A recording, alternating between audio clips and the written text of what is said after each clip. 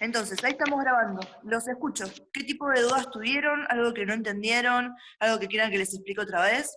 Los...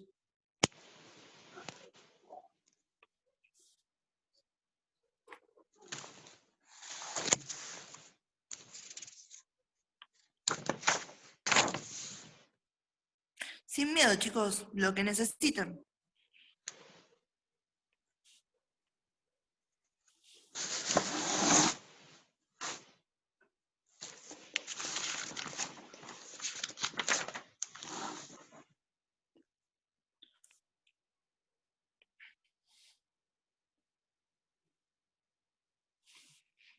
Ahí tengo, Lisette, si me estás hablando no se escucha, amor. Se marca el cuadradito como que estás emitiendo sonido, pero no te llegué a escuchar si me preguntaste algo.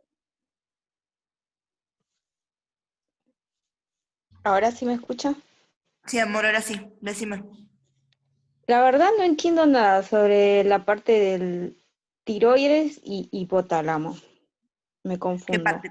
¿Cómo se regula? ¿Cómo se relacionan? ¿O en general no entendés nada de tiroides y no entendés qué es el hipotálamo? Porque hay en una parte donde dice hipotálamo y, o sea, todo lo que es la homeostasis que nivela el ciclo del sueño, la temperatura. Y luego está lo que es neurohipófisis, adenohipófisis. En Sí. realidad, ¿qué es? Se dividen en neurohipófisis, adenohipófisis y después están las hormonas de crecimiento. ¿Todo eso va dentro de la hipófisis o cómo es? Claro, Eso es lo que no entiendo. estamos hablando, nosotros tenemos, sí, una región del cerebro que está dividida en los que van a ser núcleos y ganglios, que se llama hipotálamo. El hipotálamo es el regulador, el jefe máximo de todo lo que es el sistema endocrino. Y si decimos que es el director, la vicedirectora es la glándula hipófisis, ¿sí? Entonces, el hipotálamo y la hipófisis están conectados, ¿bien? Y se comunican a través de estos mensajeros químicos que son las hormonas. El hipotálamo va a producir solamente dos hormonas, que van a ser la oxitocina y la hormona antidiurética, ¿bien? Y el resto son todos los que se llaman factores hipotalámicos, que me están estimulando o me están inhibiendo a la hipófisis para que ésta secrete hormonas. Entonces, de esa manera, el hipotálamo se comunica con la hipófisis, ¿sí? O directamente a través de una vía de comunicación neuronal, o sea, a través de neuronas, donde estamos hablando que se relaciona con la neurohipófisis o hipófisis posterior, donde la hipófisis está guardando estas hormonas que nombramos recién, la oxitocina y la hormona antidiurética, o a través de lo que va a ser el conducto sanguíneo, pero a una muy corta distancia, se comunica con la adenohipófisis, que es donde ahí tenemos, ¿sí?, que la hipófisis secreta tirosina, ¿sí?, secreta LSH, hormona folículo estimulante, y todas esas que estuvimos nombrando. ¿Bien? Después, la hipófisis, ¿sí?, al secretar estas hormonas, esas hormonas van a reaccionar con las que son las glándulas blanco. Bien, por ejemplo, si la hipófisis secreta tirosina, la tirosina relaciona con quién, con la tiroides, y la estimula para que la tiroides secrete sus hormonas tiroides, que van a ser T3 y T4. Y de esa manera cumplan las funciones metabólicas que tiene la tiroides, que eran, por ejemplo, la regulación del peso corporal, la regulación de la temperatura, el tema de las pulsaciones cardíacas. ¿Bien?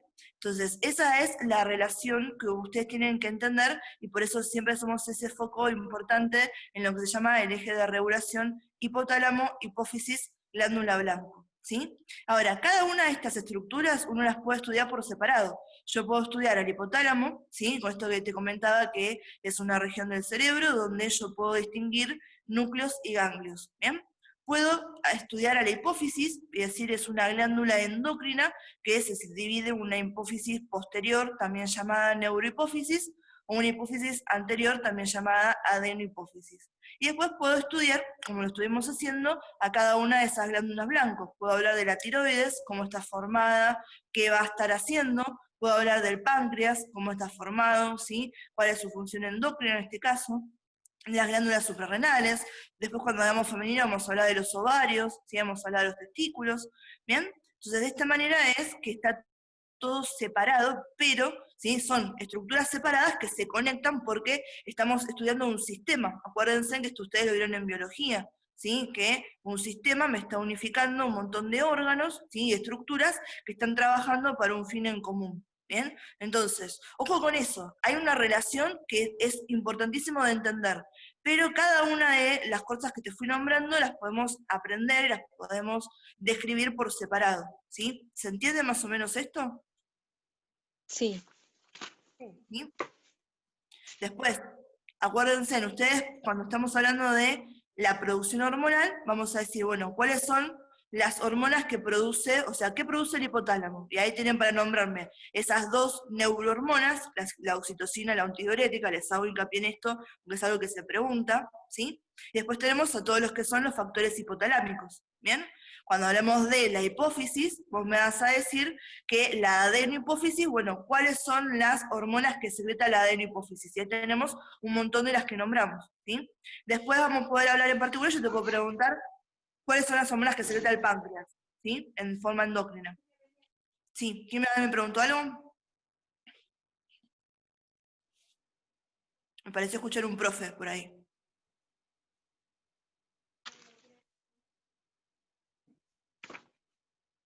No, profe, sigue explicando. ¿Sí? Sí. Entonces, ¿se entendió esto que te estaba comentando? ¿Sí? Cómo tenés que diferenciar en cada uno de los órganos o estructuras que estamos nombrando y entender que están funcionando para un objetivo en común, que va a ser la homeostasis, que es ese equilibrio de las funciones metabólicas, ¿sí? Y de regulación de nuestro sistema corporal, o sea, de nuestro cuerpo. ¿Bien? ¿Qué otras dudas?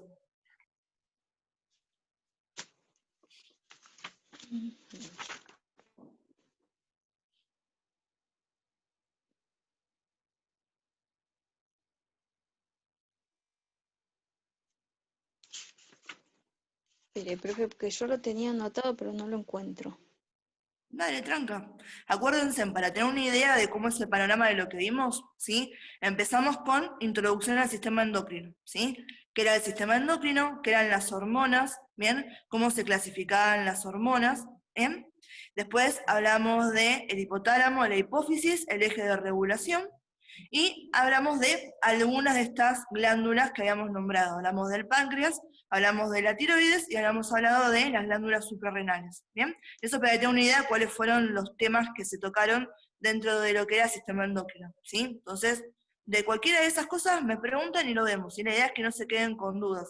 Y si quieren que revisemos el cuestionario, si alguno de ustedes lo hizo o les generó, dicen, che, no entiendo esta pregunta o no entiendo por qué me decías que esa era la correcta, lo charlamos ahora, que justamente es la idea del cuestionario, ¿sí? Que vayan ya practicando cómo pueden llegar a ser las preguntas del examen, ¿bien? Y cómo las podemos ir pensando para tener éxito. Y yo le hago una consulta sobre el choice. Sí, amor, decime. La pregunta 6 dice, la zona glomeral, fasciculada y reticulada se encuentra en la médula de la glándula suprarrenal. Yo puse verdadero, me lo corrigió y es falso. Y eso fue Está lo en que la no, corteza. y eso fue lo que no entendí. Está en la corteza. Acordate cuando yo, en el video que les hice, viste que te la dibujé, te decía, nosotros en la glándula suprarrenal podemos distinguir una corteza y una médula, ¿sí? Y a la médula no la dividimos, es médula solamente. En la corteza sí podemos distinguir tres zonas, la zona glomerular, la zona fascicular y la zona reticular. Y cada una de estas las distinguimos porque va a ser el sitio de producción de una hormona en particular, ¿sí? Entonces, eso es netamente en cuanto a lo que es la anatomía y la descripción anatómica de la glándula suprarrenal. Tiene una corteza y tiene una médula, ¿bien? Ahora, ¿a quién divido? A la corteza. ¿Cómo la divido? En estas tres zonas que nombramos recién. Listo, era eso. Ya, dame un segundo, a ver si... Ya que tengo abiertos por acá, los tiroides suprarrenales.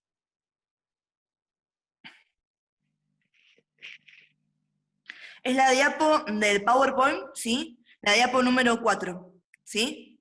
Te dice, la división principal está en corteza y médula. A su vez, la corteza se distingue en tres regiones: zona glomerular, zona fasciculada y zona reticulada. Mira, dame un segundo.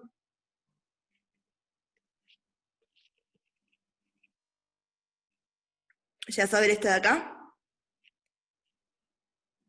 Sí. ¿sí? Entonces, esto que está en azul, que está marcando acá y que lo tenés representado acá, que es la médula. Y todo esto que está acá es la corteza, que es lo que está acá en un amarillo más oscuro. La corteza ahora yo la puedo dividir en tres: la zona glomerular, ¿sí? La zona fasciculada y la zona reticulada. Y fíjate que esto es importante porque uno tiene que relacionar, ¿sí?, la secreción de algún tipo de hormona en particular, ¿sí? Si yo te digo, bueno, ¿qué hormona va a ser de producción de la zona glomerular? Me vas a tener que decir que es la aldosterona, ¿sí? Si yo te pregunto dónde se secreta el cortisol y hablamos de los andrógenos, me vas a decir que es en la zona, ¿sí?, reticulada y en la zona fasciculada. Y si yo te pregunto, ¿sí?, la adrenalina y la noradrenalina, ¿dónde se están secretando? Esas son de la médula, ¿sí? Entonces, por eso es que está esta división, porque tiene una relación directa cuando estamos hablando, ¿sí?, de la secreción hormonal que tiene esa glándula suprarrenal. ¿Bien? Perfecto, está bien, ahí lo entendí mejor. Eso era justo lo que habíamos preguntado en el choice, ¿sí? ¿Qué otras cosas o qué otra duda?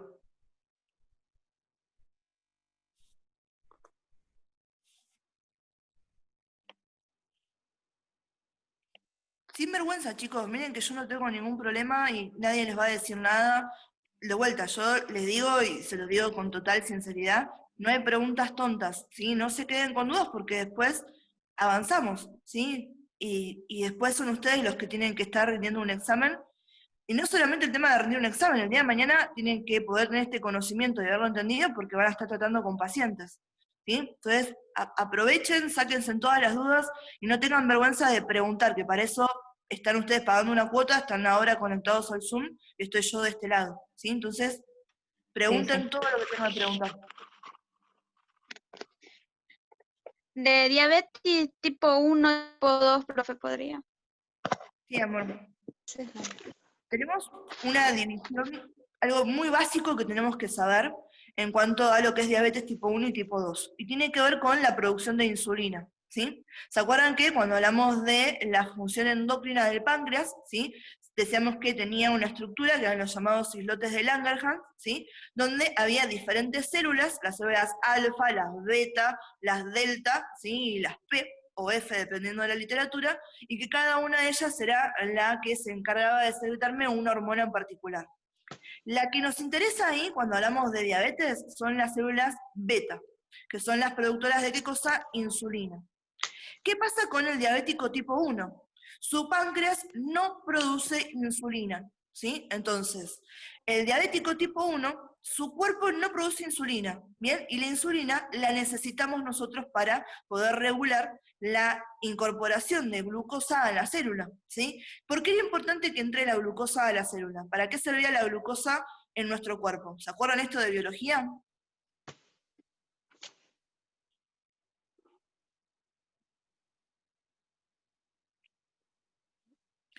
De vuelta, sin miedo, si se equivocan, este es el momento para equivocarse, para decirme, "Y la glucosa servía para, no sé, hacer pis". Te digo, no, para eso no sirve la glucosa, pensá otra cosa, ¿sí? Lo viste cuando vimos biomoléculas.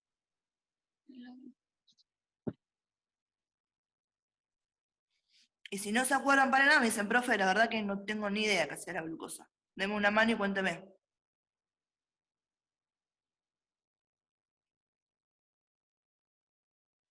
Explíquelo, profe, porque no me acuerdo.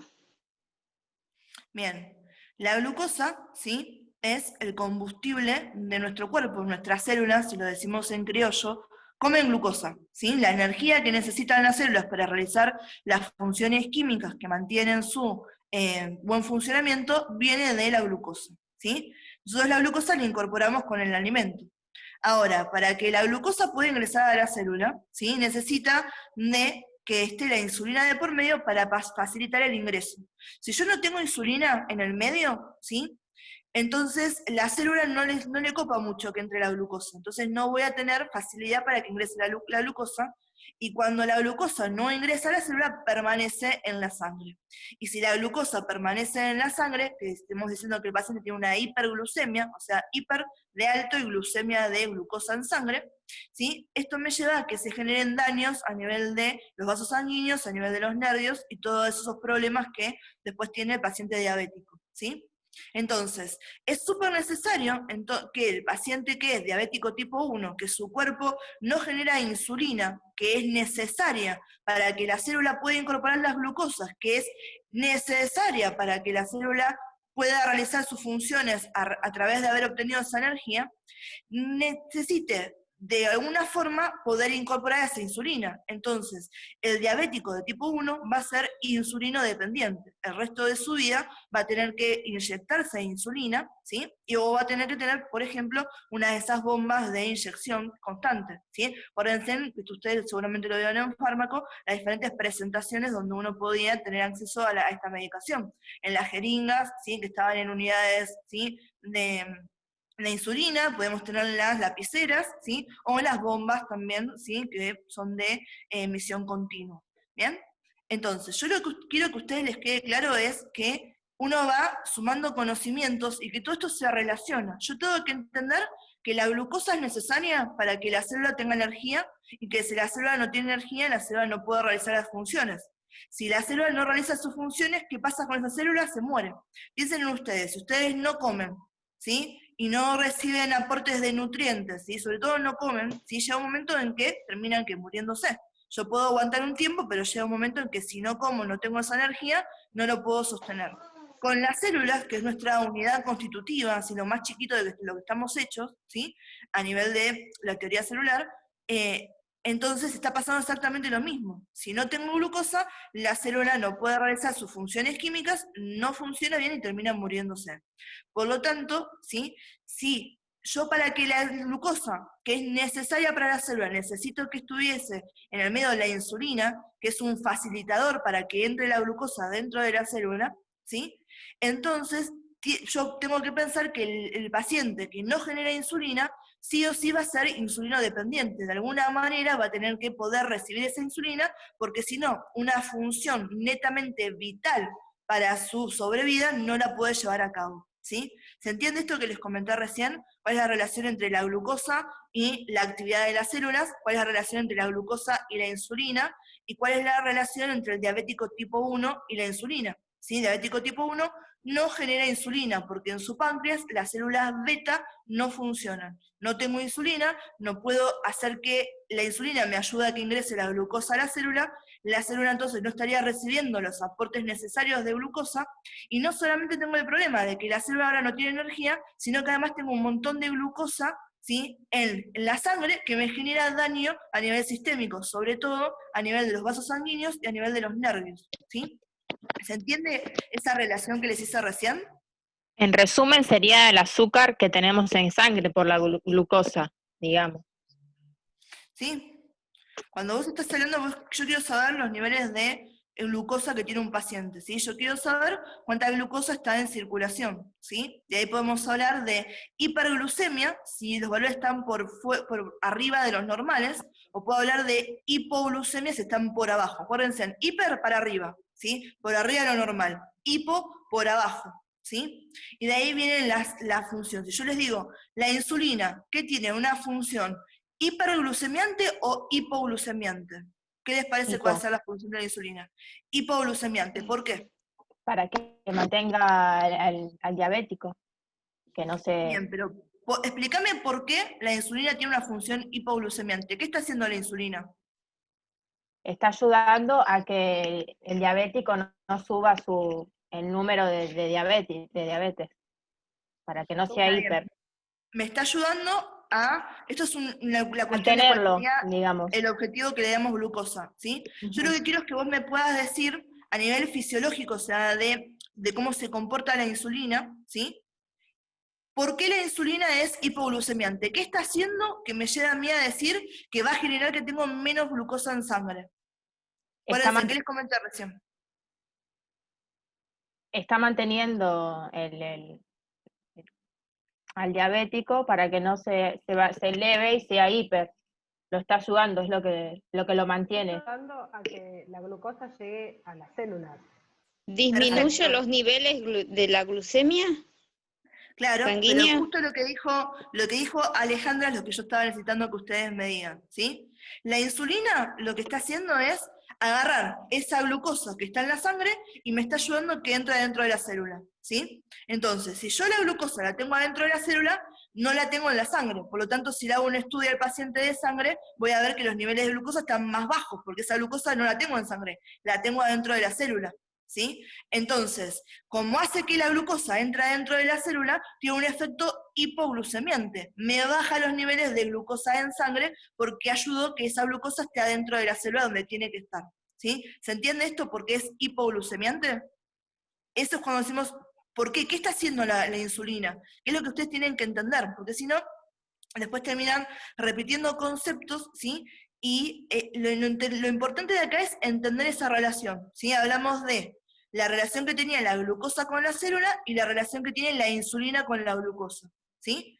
Y tenemos que entender que estamos hablando de una relación entre lo que va a estar en la sangre y lo que va a estar dentro de la célula. Entonces, la insulina lo que hace, ¿sí? Imagínense que sería como el patobica del boliche, ¿sí? La ve a la glucosa, le abre la puerta para la célula para que entre y dice, toma, pasá directo al VIP y andá a hacer tus funciones, ayudar a la célula a que pueda hacer sus funciones químicas y energéticas, ¿sí? Entonces, si yo no tengo a ese, no puedo pasar adentro de la célula, porque tengo que hacer la cola y no tengo a nadie que me deje entrar a la célula, si no está ese patobica que me dejaría entrar al VIP, ¿sí? Si yo no estoy adentro de la célula, estoy fuera de la célula. Estoy afuera del boliche, estoy en la calle. ¿Cuál es la calle en este sentido? La sangre, ¿sí? ¿Y cuál es el boliche? La célula. ¿Bien? Entonces, si yo ahora estamos todos nosotros afuera de la célula, haciendo la cola en la calle, ¿sí? Estamos generando una hiperglucemia, porque somos un montón de glucosas que no podemos entrar a la célula y estamos en circulación. Ahora, si está la insulina, está el patobica que nos abre la puerta al VIP y nos deja entrar al boliche, ya no estamos en la calle parados, estamos todos en el VIP tomándonos una cerveza y hablando y pasando la bomba, ¿sí? Entonces, ahora la glucosa, en vez de estar en la calle, en vez de estar en la sangre, está dentro de la célula. Por lo tanto, cuando yo mido en sangre los valores de glucosa van a estar más bajos, porque los estoy utilizando, ¿sí? ¿Quién me permitió que sucediera eso? La insulina. Por eso decimos que la insulina tiene un efecto hipoglucemiante, me baja la glucosa en sangre, ¿sí? ¿Se entendió esto? ¿Sí? De vuelta, yo la analogía se las hago para que entiendan, ¿sí?, las relaciones y dónde está la interacción, ¿bien? ¿Quedó claro esto? Si no, me dicen, profe, no entendí un corno y veo otra forma de explicarlo, ¿sí? Es importante esto. Sí, Profe, se entendió, profe, la diabetes es siempre porque está el azúcar en sangre alta o puede ser por otra cosa. Es que eso es a ver, cuando vos hablas de por qué tengo diabetes, ¿sí? Estás hablando de lo que se llama la etiología o el origen de la enfermedad, ¿sí? Y ahí las causas pueden ser diversas. Yo puedo tener diabetes porque mi páncreas no genera insulina, puedo tener diabetes porque mi cuerpo no tolera la insulina que genero, o la insulina que la hago en forma mala y mis células no las pueden recibir. Puedo tener diabetes porque, ¿sí?, estoy embarazada y las hormonas que tengo en la placenta están contrarrestando el efecto de la insulina. Ahí estamos hablando de las causales de que yo tenga diabetes, ¿sí? O sea, ¿por qué tengo diabetes? ¿Qué pasó a nivel fisiológico que llevó a que yo generara esta enfermedad? Y cuando hablamos de las características que tienen las diabetes, o sea, cómo yo la puedo definir, cuando digo, bueno, ¿qué características tienen en común todos estos pacientes? Un aumento excesivo de la glucosa en sangre. ¿Por qué? Porque no puede ser utilizada en condiciones normales por las células. Por lo tanto, van a tener picos de hiperglucemia. ¿Sí? ¿Se entiende eso? Sí. Bien. Lo que les comenté recién, ¿sí?, de por qué la insulina tiene efecto hipoglucemiante. ¿Se entendió, chicos? ¿Seguros? Sí. ¿Sí? No me mientan, ¿se entendió? ¿En serio? En serio, chicos, yo no tengo ningún problema. Miren, allá, no sé si lo llegan a ver, tengo el pizarrón. Si me dicen, me voy a la silla, cambio 2 segundos la cámara y por ahí se los escribo y lo entienden mejor. Yo lo que quiero es que lo entiendan, chicos. Además, como enfermeros el día de mañana, créanme que el manejo de las insulinas va a ser una de las cosas que más van a hacer, ¿sí? Denle mucha bolilla de esos fármacos, y acá me interesa que ustedes lo entiendan para que sepan qué es lo que están haciendo, por qué le estoy dando insulina al paciente, por qué decimos que es hipoglucemiante, ¿sí? Que entiendan cuál es el objetivo de haber agarrado esa jeringa y haber pinchado a ese paciente, si no es que uno lo hace, ¿sí? Por inercia, hay un trasfondo, hay un motivo, ¿sí? Fisiológico, ¿sí? Para poder haber hecho esa acción ustedes como enfermeros, ¿bien? ¿Se entendió entonces esto o quieren que se les explique de otra manera? No, profe, se entendió bien. Buenísimo. Y vamos a la otra contrapartida. ¿Se acuerdan que cuando hablábamos del páncreas decíamos que también una de las hormonas que generaba era el glucógeno? ¿Sí? El glucógeno, ¿sí? ¿Qué acción tenía? Con respecto a la glucemia, ¿se acuerdan? ¿Era subir los niveles? Perfecto. El glucógeno tiene una acción hiperglucemiante, o sea, me suben los niveles de glucemia, o sea, la cantidad de glucosa que tengo en sangre. A ver si, con esto que yo les comenté recién, esa estructura de pensamiento que utilizamos para saber por qué la insulina era hiperglucemiante, la pueden aplicar ustedes y contarme por qué el glucógeno es hiperglucemiante. ¿Qué está pasando que hace que esa hormona me aumente los niveles de glucosa en sangre? ¿Qué va a hacer el glucógeno? El glucagón, en realidad. Glucagón. Glucagón, ya les dije con quién actuaba. ¿Sí? Pero bueno, piensen ahí.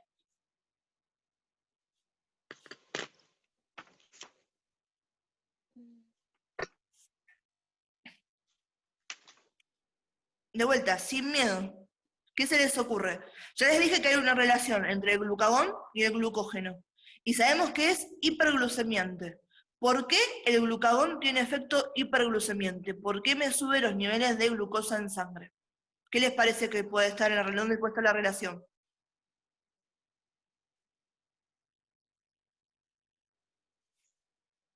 Porque no deja que pase toda la glucosa a las células.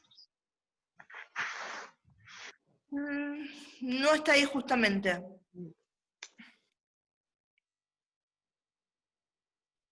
¿Qué era el glucógeno? ¿Se acuerdan esto de biología?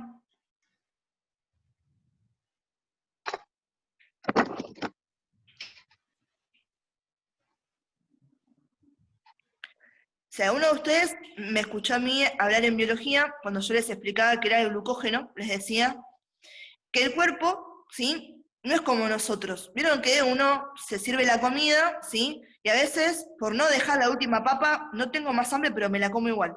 ¿Sí? Entonces, bueno, limpio el plato, me como hasta la última papa, no tiro nada, no guardo nada, porque nada, no quiero que me quede una papa en la heladera y me da lástima tirarla a la basura. El cuerpo no es como nosotros, el cuerpo tiene sus niveles, ¿sí? Tiene sus límites. Dice, bueno, yo necesito la comida para poder suplir las necesidades energéticas que tengo, ¿sí? Entonces, cuando yo incorporo los alimentos y mi cuerpo transforma esos alimentos, acuérdense lo que vimos en digestivo, transforma esos alimentos, ¿sí? En esas biomoléculas que van a ser la partecita más chiquita que podíamos, ¿sí? En las que los podemos dividir para poder absorberlos, ¿sí? Cuando hablamos particularmente de la glucosa, cuando ya yo utilicé toda la glucosa que quería para que todas mis células estén en funcionamiento, y me sobra glucosa, el cuerpo dice, bueno, ¿qué hago con esto? Ya no lo puedo utilizar porque sería el equivalente a no tener más hambre. Dice, bueno, yo no tengo más hambre, dejo de comer, pero me sobró toda esta pila de glucosa. ¿Qué hago? Ahora el cuerpo es inteligente y dice, mira, yo no me puedo asegurar que el día de mañana vuelva a tener alimentos. Entonces, todo esto que yo no lo puedo utilizar en este momento, lo guardo. ¿Sí? Ahora, las células, ¿sí? Utilizan glucosa. Es la forma, ¿sí? Más chiquitita en la que pueden, ¿sí? Simple, en la que realmente pueden, ¿sí? Captarlo. ¿Qué pasa? Cuando yo lo quiero guardar, ¿sí? Es lo mismo el equivalente que decimos, bueno, yo quiero guardar lo que me sobró de la comida, lo envuelvo en papel film, lo meto dentro de un tupper y lo meto en la heladera, ¿sí? Entonces, esa acción equivalente a envolverlo en papel film o complejizar, ya no tengo, ¿sí? La papa, tengo la papa más el plato, más el tupper, más el papel film, ¿sí? Le agregué más cosas, lo complejicé para poder guardarlo, ¿sí? Hay todo un proceso en el que yo transformo la glucosa en glucógeno, ¿sí? Que es una estructura más complicada que así como está la célula no lo puedo utilizar. tiene que sufrir todo un proceso de degradación, o lo que es la glucólisis, para poder utilizarlo. Entonces, ¿qué hace el cuerpo? Cuando yo tengo un montón de glucosa y no la puedo utilizar, ya cumplí mis necesidades energéticas, el resto de glucosa lo convierte en glucógeno y lo guarda, ¿sí? Uno de los lugares donde puede guardar el glucógeno, lo que sería la heladera que tiene el cuerpo, es el hígado, ¿bien? Entonces, adentro del hígado, ¿sí? Tengo guardado un montón de glucógeno. El día de mañana, si yo no recibo nuevos aportes alimenticios, puedo sacar ese glucógeno que había guardado en el hígado, transformarlo en glucosa y que mis células tengan energía para subsistir y que no me quede sin reservas, ¿sí? Hasta ahí vamos con eso, ¿sí? ¿Qué hace la glucosa y qué hace el glucógeno? ¿Quedó claro esto? Sí, profe. ¿Sí? Bien. Entonces, dale, amor. Recién estamos hablando ahora de las hormonas, me preguntó una compañera por el chat, que ahora la están leyendo. Estábamos hablando de las hormonas, ¿sí? Del páncreas endocrino, hablamos de la insulina y ahora estamos hablando del glucagón. Estamos haciendo todo el esquema de pensamiento para entender por qué decimos que la insulina tiene efecto hipoglucemiante, que ya lo charlamos, y ahora estamos tratando de pensar por qué el glucagón tiene efecto hiperglucemiante. Y les estaba refrescando algunos conceptos de biología que son súper necesarios para poder entender ahora, ¿sí? De lo que estamos hablando y seguir avanzando. ¿Bien? Entonces, recién acabamos de ver, ¿sí? ¿Qué era el glucógeno? ¿Sí? Entonces, yo tengo glucagón. Glucagón, ¿sí? Es esta hormona que va a interaccionar particularmente, ¿sí? Por ejemplo, con el hígado, y lo que va a hacer es convertirme glucógeno en glucosa, ¿sí? Entonces, si yo convertí el glucógeno en glucosa, ¿qué estoy haciendo? Estoy teniendo más glucosa en sangre. Acabo de abrir la heladera, acabo de sacar todas las sobras que tenía en la heladera y tengo ahora todo esto disponible para comerlo, ¿sí? Entonces, ¿qué hice? ¿Por qué es hiperglucemiante el glucagón? Porque actúa sobre las reservas de glucógeno, convirtiéndolo en glucosa, haciendo que ésta esté disponible a nivel sanguíneo, para que ahora pueda ser utilizada por las células, ¿sí? ¿Se entiende eso? ¿Por qué entonces el glucagón es hiperglucemiante? ¿De dónde viene que haga esa función?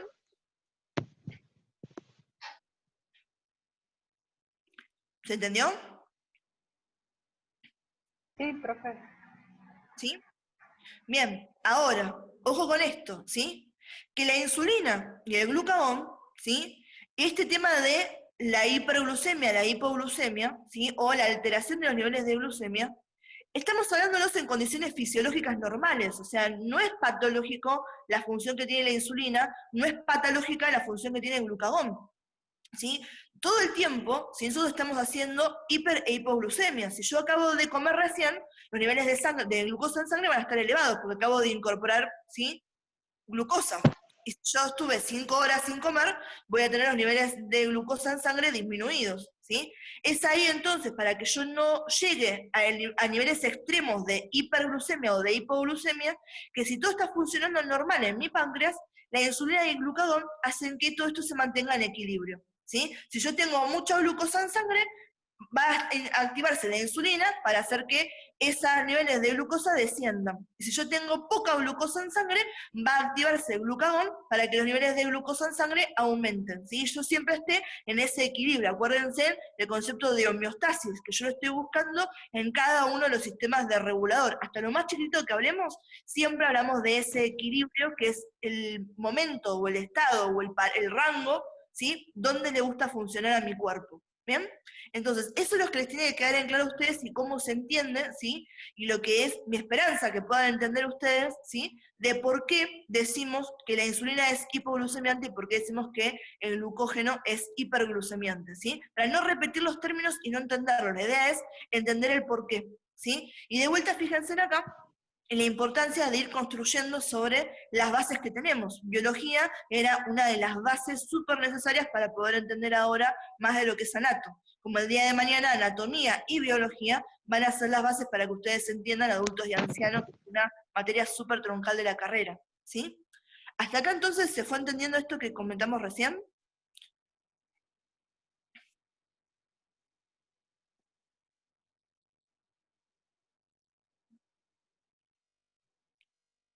Sí, profe, se entendió.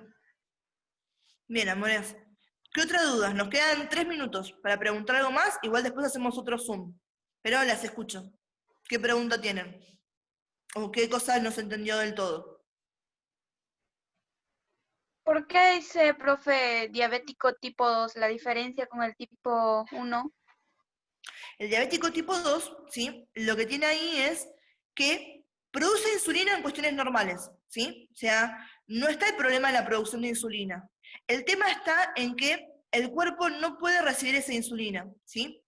¿Ustedes algo vieron, se acuerdan cuando algo vieron en biología de enzimas, que decimos que estaba, ¿sí? Este tema de la llave y la cerradura, ¿bien? ¿Qué quiere decir eso? ¿Sí? Yo tengo una llave para poder abrir la puerta de mi casa. Esa llave abre únicamente la puerta de mi casa. Si yo voy con mi llave y quiero abrir la puerta de la casa de Alejandra, o la puerta de la casa de Lisette, o de Agos, o de Flor, no voy a poder abrir la casa de ninguna de ustedes, porque no es, ¿sí?, la estructura para poder interaccionar con su cerradura. ¿Bien? Eso es lo que nosotros hablamos cuando nombramos a los receptores que están en la célula, ¿sí?, y a las hormonas o a los ligandos, que es lo que va a relacionarse con ese receptor. Entonces vos imagínate que la insulina es una hormona que tiene que llegar, ¿sí?, a interaccionar con su receptor en la célula para que se active todo este tema de que me permitan que ingrese la glucosa, ¿sí? Entonces, vos pensás que los receptores tienen esta formita. Te estoy dando un ejemplo, no es así, pero para que entiendas. Si tengo esta forma, ¿sí?, una forma de C, lo único que podría encajar ahí sería una pelotita, que entra justo, ¿sí? Imagínense lo que sería, ¿sí?, una bolita y que entra algo justo ahí, ¿bien?